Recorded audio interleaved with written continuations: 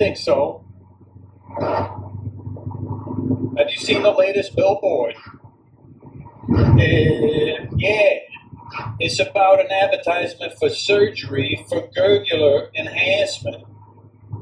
Are you serious? Who would want their gurgular enhanced? More likely you want a gurgular disenhancement. Nobody wants a strong gurgular. What, do you want it to overreact to things and you gagging more? Or is gurgular enhancement the opposite? It like numbs the gurgular, so you gag less. In which case you're messing with Mother Nature, right? Because the gurgular just whatever it, unless you got a faulty gurgular. The gurgular is there to protect you from poisons and choking. It helps you gag. It's your gag reflex director, right? So if you disenhance it, you might choke. But if you re-enhance it, you might be gagging and barfing all over the place all the time, more than you like. I don't know about you. I don't like to barf unless it's to save my life from choking, in which case I got a gurgular for that. So I have no idea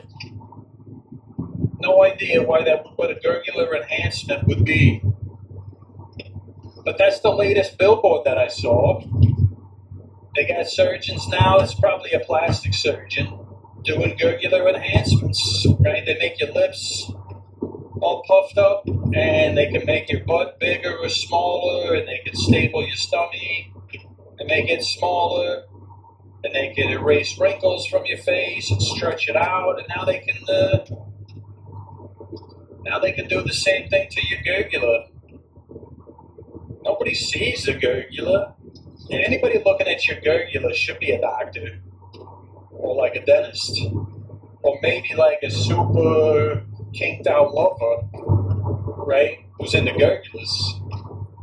Otherwise, it's too far back. It should be too far back in your throat for anybody to get a handle on it with their hands or fingers or their tongues. It should be very difficult to touch, which is what you want, because you get anybody touching that gurgular and you start having gagular fits.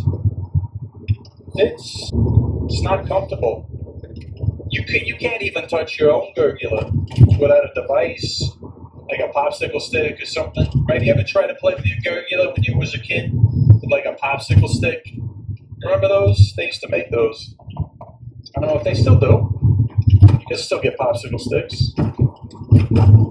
But you did that once. You played with that gurgular once, and you choked, and you said, all right, that's what I learned. You lived and learned today. I learned the gurgular is not to be trifled with. You learned that by the time you're like 8 years old. So I don't understand.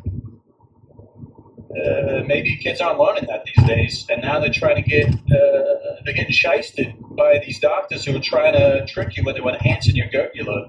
They're just trying to shyster you out of your money. That's all. I'm not saying they don't enhance your gurgular, but like nobody needs that.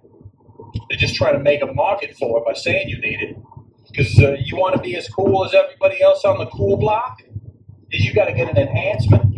What are you talking about, Doc? An enhancement for your gurgular. Oh, yeah? Yeah, all the kids are doing it. If you want to be cool, you get an enhancement. It's only $3,000. I'll enhance your gurgular for $3,000. Really? Yes, really. That's a shyster right there. That's what that is. You don't need to have your gurgular, unless you're born with a faulty gurgular, like I said, and that's a different situation. That's not a plastic surgeon doing an enhancement. That's more like a mouth surgeon doing a surgical procedure to rehabilitate your gag reflex protocols. All right, I'm at the barbecue. I'm going to go get some barbecue. That's going to tickle my gurgular, but in a metaphorical sense, it's not touching my gurgular. But it's going to tickle my fancy. That's all. I like a barbecue. Let's go have a barbecue. All right. I'm not showing you my Gurgula.